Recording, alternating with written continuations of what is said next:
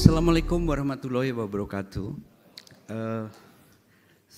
Saya sadar ada perbedaan budaya antara negara di mana saya tinggal dengan di Indonesia. Kalau di negara saya tinggal itu sebelum menyampaikan sesuatu kita harus membuat lelucon, joke.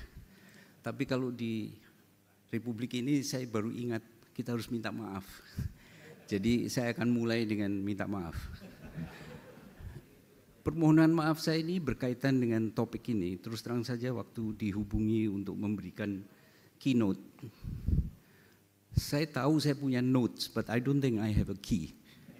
Jadi hanya ada catatan di otak saya mengenai topik ini, tapi Anda bisa bayangkan topik ini topik yang bukan hanya kompleks, sulit, tapi juga evolving.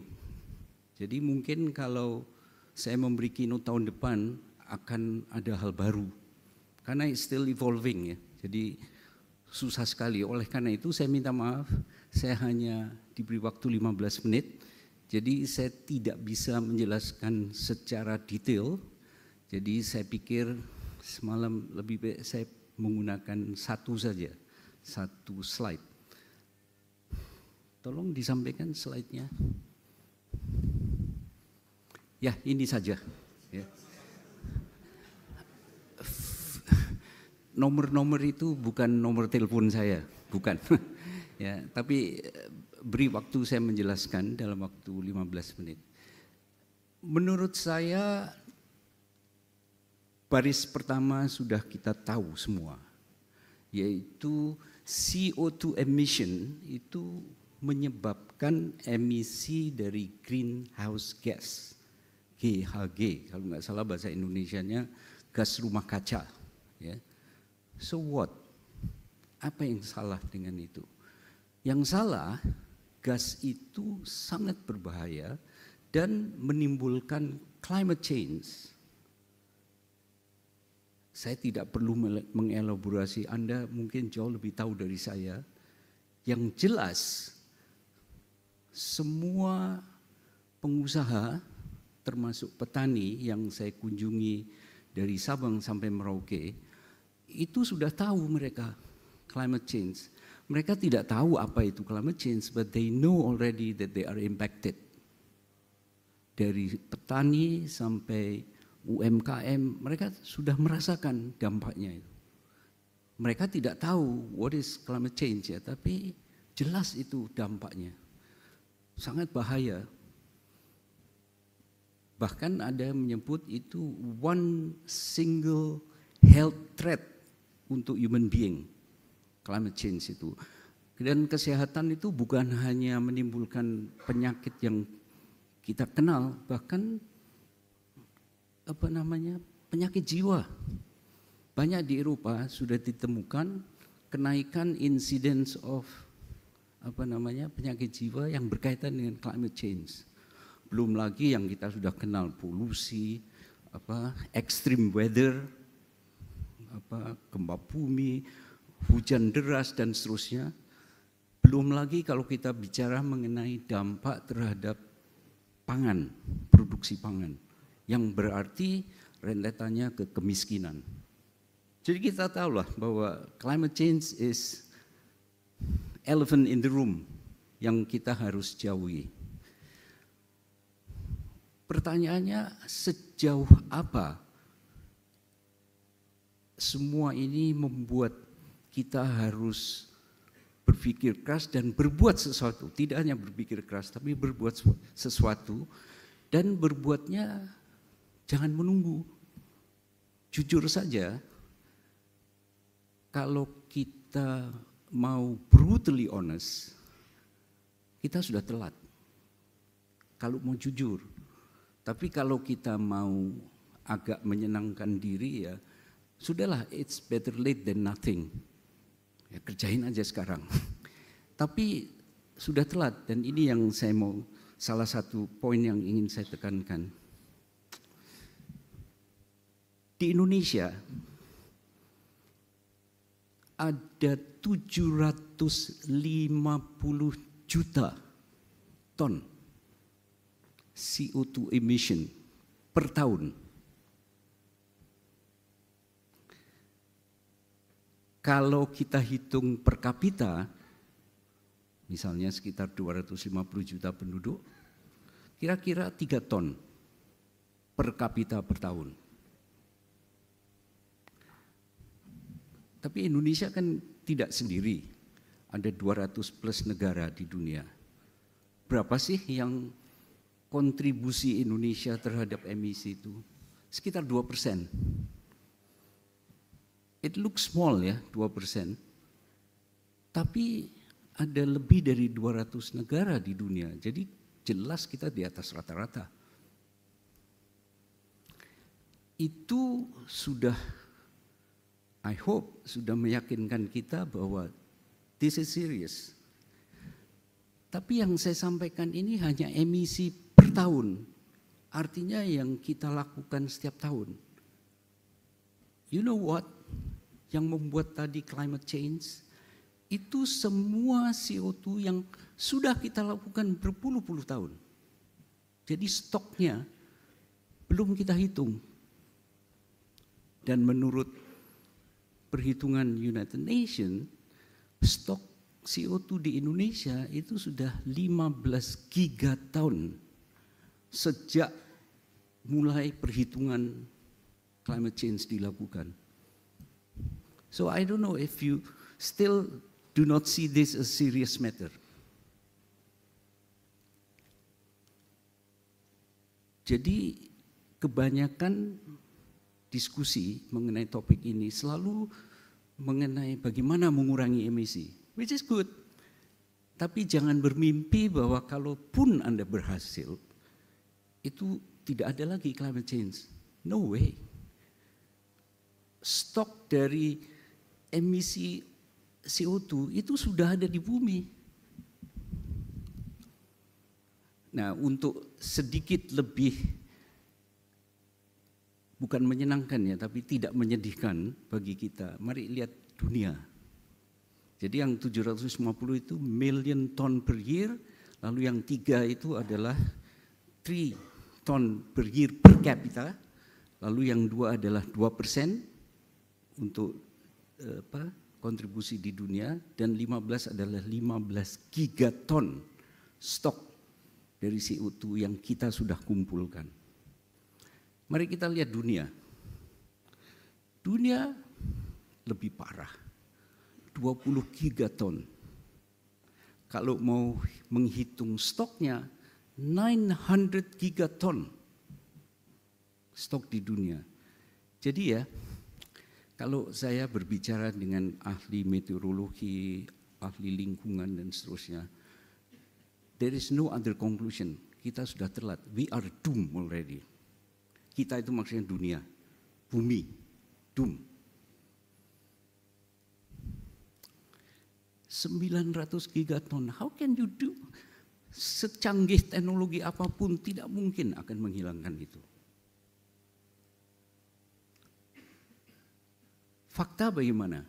Setiap tahun dunia berhasil mengurangi emisi 2 gigaton setiap tahun. Can you imagine? Ada 900 gigaton setiap tahun dengan segala kecanggihan teknologi, kita hanya berhasil mengurangi 2 gigaton. Sulit untuk kita bisa optimistik.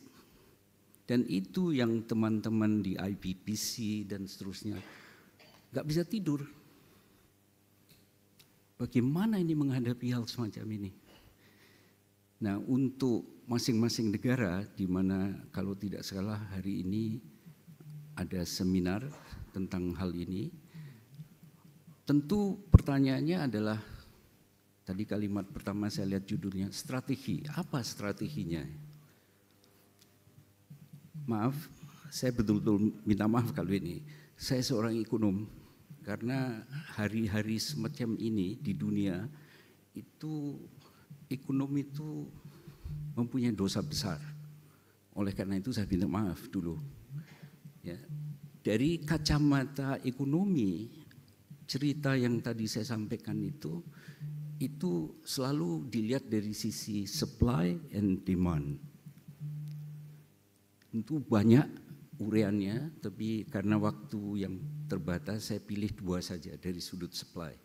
Yang pertama adalah yang sangat populer, saya beberapa bulan di Indonesia, banyak saya mendengar itu didiskusikan, yaitu menyangkut, kalau tidak salah singkatannya di Indonesia EBT, energi baru dan terbarukan. Translationnya adalah memerlukan energy transition. Itu dari salah satu dari sudut supply. Lalu dari sisi yang lain masih dari supply, teknologi dikembangkan untuk sequestration. Jadi artinya itu kita menangkap emisi CO2 dan setelah ditangkap kita storage ke dalam bumi. Jadi berbagai cara, bermacam-macam jenis teknologi dicoba untuk mengatasi sisi supply. Banyak tapi waktu tidak ada, jadi saya sebut dua itu saja. Tapi jangan lupa sisi demand. Permintaan itu bisa dari sudut produksi, misalnya sebuah industri terlibat dalam supply chain yang melibatkan 10 produsen yang lain. Kita tidak tahu produsen nomor berapa, nomor 6 atau nomor 4 yang juga melakukan emisi. Meskipun industri Anda sendiri sudah mengikuti semua standar lingkungan. Jadi itu dari sudut produksi dan konsumsi. Yang saya harus hati-hati memilih kata ini. Yang saya agak bukan kecewa, agak bingung ya. Ada satu faktor yang jarang dibicarakan. Padahal dia ikut memberi kontribusi secara signifikan pada emisi CO2, yaitu energi efisiensi. Mungkin karena teman-teman terlalu dalam terlibat dengan upaya mencari energi alternatif. Lupa bahwa energi efisiensi is one of the powerful cara kalau kita bicara mengenai strategi. Karena saya lihat tadi tema seminar ini adalah strategi percepatan kalau tidak salah. Sederhana saja, anggap saja emisi adalah A kali B kali C kali D. A jumlah penduduk, B per capita income, jadi GDP per capita. Jadi kalau A kali B ya GDP. C efficiency of energy, untuk menghasilkan 1 unit GDP, berapa unit energi kita gunakan. That's the efficiency of energy, itu C. D, berapa emisi CO2 yang dikeluarkan oleh 1 unit energi yang kita gunakan.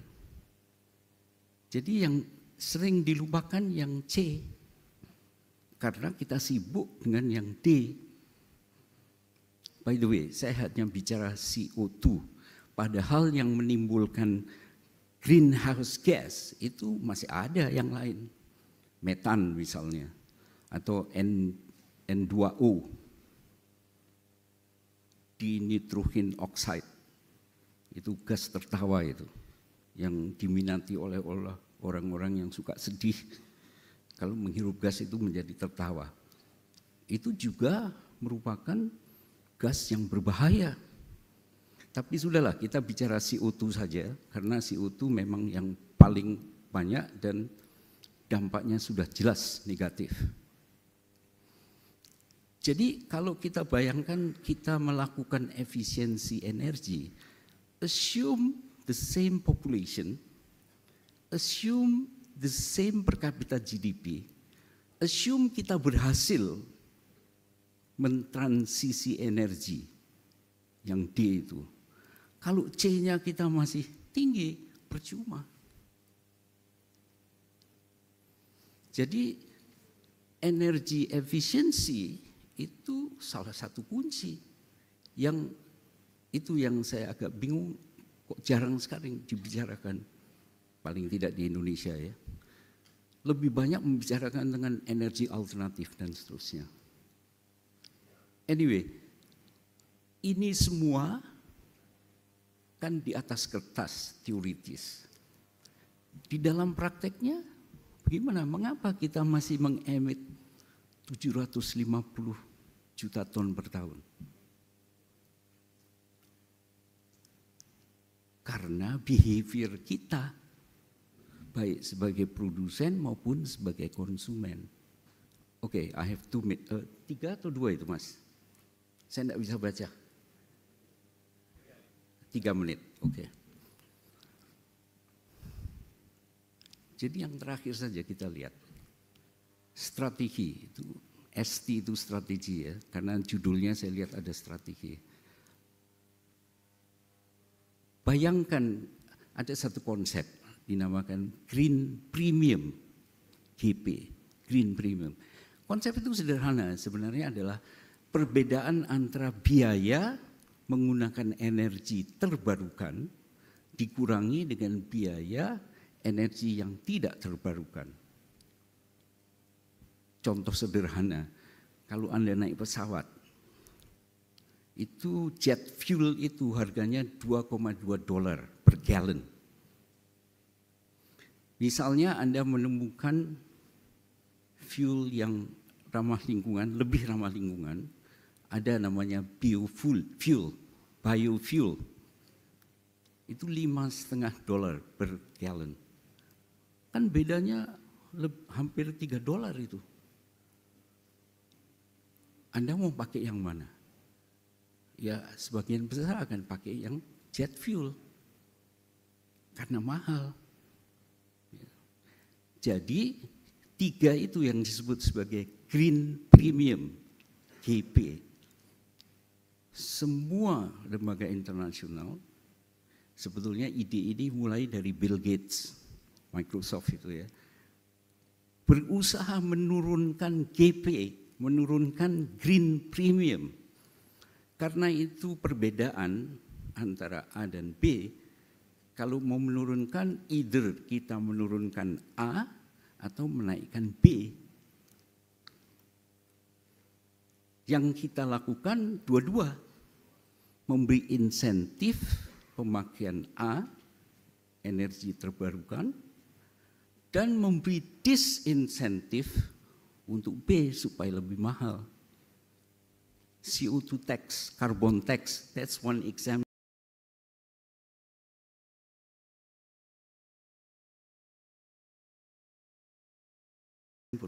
Of B, sehingga lebih mahal.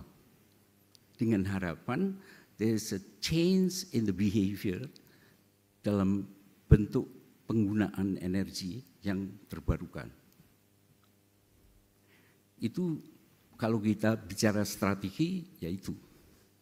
Lalu saya lihat di judul seminar ada akselerasi atau percepatan, kalau nggak salah istilahnya. Nah, itu tadi yang saya bilang ABC.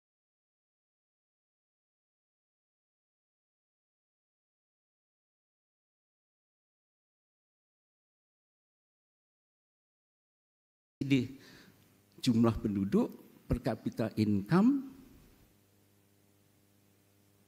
energi efisiensi, dan emisi per energi. Kalau kita mau turunkan total perkalian itu, silahkan pilih. Mana yang menurut Anda bisa paling cepat? Anda mau menurunkan per kapita income? Bisa, tapi apakah politically acceptable? Kalau itu tidak bisa mengurangi jumlah penduduk, apakah itu realistis? Menambah effort atau upaya untuk meningkatkan bukan meningkatkan, mengurangi emisi per energi. Saya pikir sudah dilakukan, tapi tidak cukup. Yang terakhir ini, yang di atas kertas bisa dilakukan, yaitu efisiensi of energy.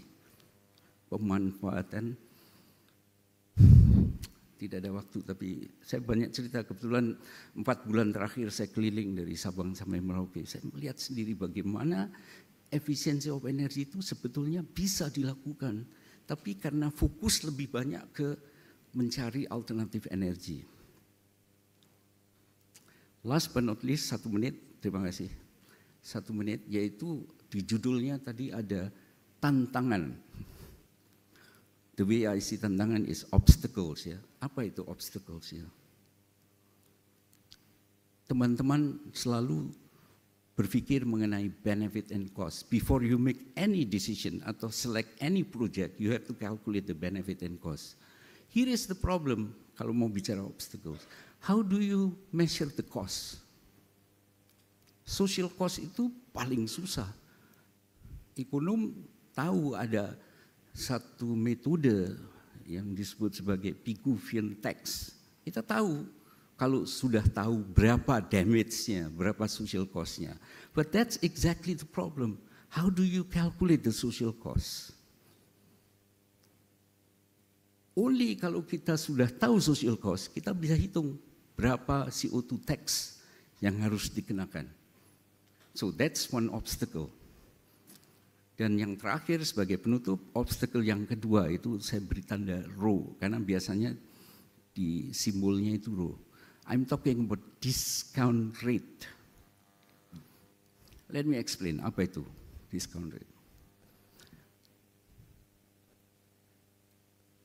Berapa Anda nilai generasi anak-anak kita atau cucu-cucu kita dibandingkan dengan Anda menilai generasi Anda? Apakah Anda menilai bahwa anak dan cucu kita mempunyai nilai yang sama dengan kita? Kalau jawabannya ya, rho atau discount rate 0.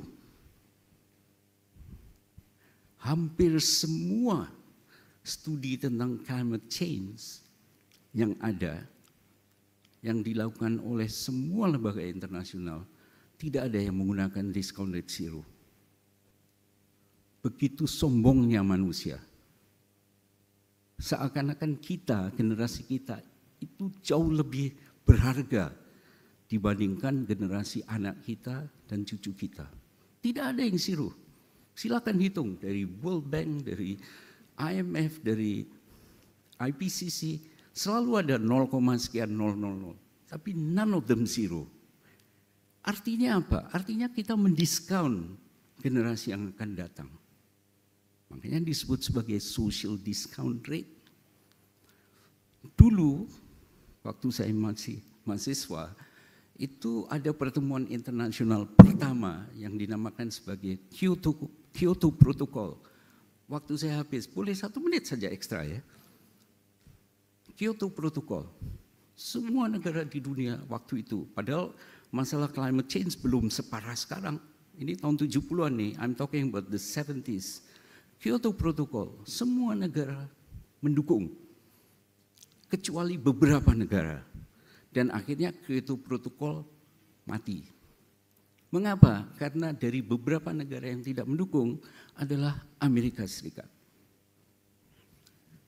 Bingung kan kita, mengapa mereka tidak mendukung upaya yang sangat mulia ini? Jawabannya singkat, social discount rate dianggap oleh Washington terlalu tinggi.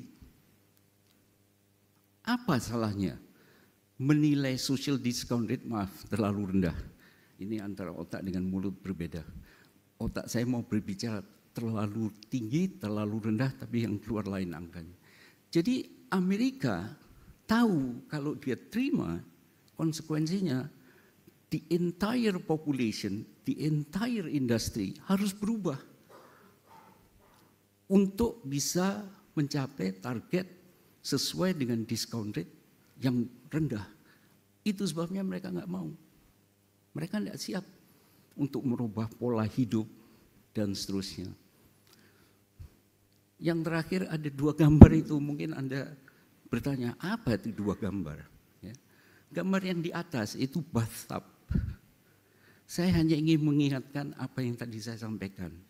CO2 itu yang kita bicarakan itu adalah air meluap dari bathtub. Kita sibuk sekarang mencari untuk cara menyapu atau menghilangkan air yang tumpah itu.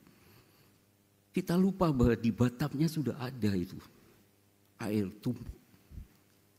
Jadi pertanyaannya, Anda mau sibuk mengurangi air yang tumpah atau apa? Matikan saja faucetnya. Ya kan? Kalau Anda matikan faucet nggak ada air keluar. Tapi tidak realistis. Matikan faucet artinya stop pertumbuhan ekonomi. Nggak mungkin.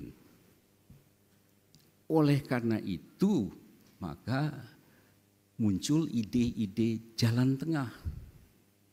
Salah satu ide jalan tengah itu adalah net zero emission. Dan dengan itu saya ucapkan selamat berseminar karena topik net zero emission ini sangat penting. Assalamualaikum warahmatullahi wabarakatuh.